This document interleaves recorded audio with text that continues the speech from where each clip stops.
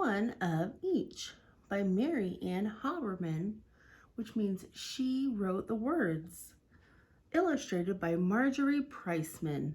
That means that she made the pictures. One of Each. As we go through this story today, I want you to really have your listening ears on to listen for any sounds that rhyme. Remember, a rhyme means they have the same sound at the end, like cat, fat, rat. They all end with at. If you hear a rhyming word or a set of rhyming words while you're listening today, give a little snap.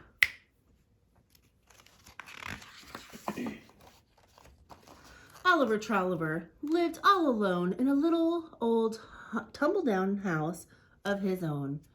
It had one little window and one little door, and one little carpet that covered the floor.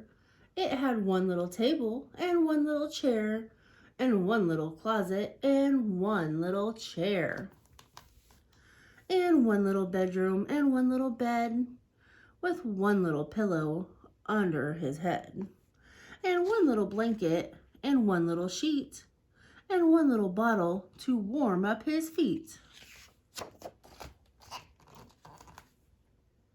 In the one little kitchen was one little sink and one little cupboard all shiny and pink. And inside the cupboard, one pear and one peach, one plum and one apple, just one of each. One plum and one apple, one pear and one peach, just one, only one, simply one of each.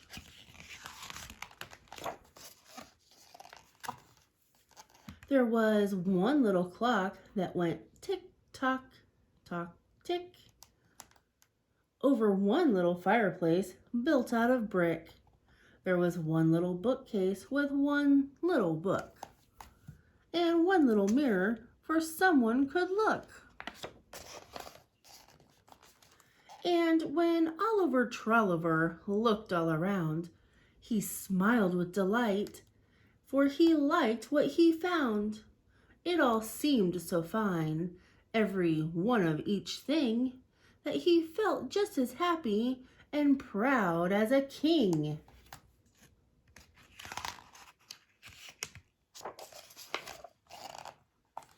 And he said to himself, "Why, how nice it would be if someone could see this, someone besides me.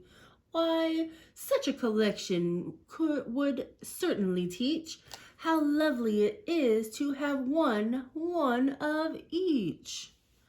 One house with one kitchen, one plum and one peach. Just one, only one, simply one of each." So Oliver Trolliver carefully dressed his one little shirt and his one little vest and his one little trouser and his one little coat and his one little tie round his one little throat. Put his one little hat on his one little head, and then Oliver Trolliver cheerfully said, "I shall walk out my door and go straight down the street and find the very first person I happen to meet is the one I will ask to come look and come see. I wonder which person that person will be." Ooh, how would you like if Oliver Trolliver found you to come look at his house? What would you think of his house full of one of each?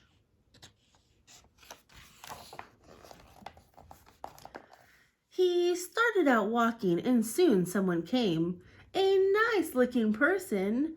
He asked her name.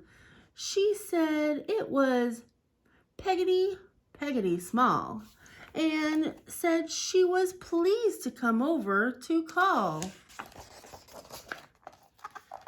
He showed her his stove and his one little sink, and his one little cupboard all shiny and pink, his chair and his table, his burrow and bed, and his one little pillow for under his head. And each time he showed her a one of each treasure, he looked for a sign of enjoyment or pleasure. You guys kind of see her face there. She does not look very happy, does she? I wonder if she likes all of this stuff yet. Oh, well, that lets us know how she feels, doesn't it? But all that she did was repeat the same speech. Just one, only one, simply one of each? Why only one apple? Why only one peach? Why one, simply one, only one of each? Oliver Trolliver tried to explain. He said that the reason was perfectly plain. If everything fit from roof to the floor, and each thing was perfect, why bother with more?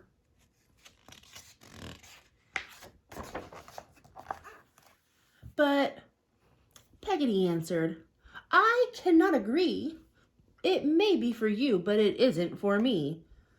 There's one chair to sit and one plate to eat on, and only one footstool to prop up your feet on. One cup and one saucer, one pear and one peach. Oh, dearie, how dreary. Just one of each. A guest in your one of each house does not fit. It's made for one person, and you, sir, are it. It's perfect for one, sir, if he's on his own. And so, sir, I'll go, sir, and leave you alone. Oh, look at her face. I don't think Peggotty likes being in Oliver Trolliver's house.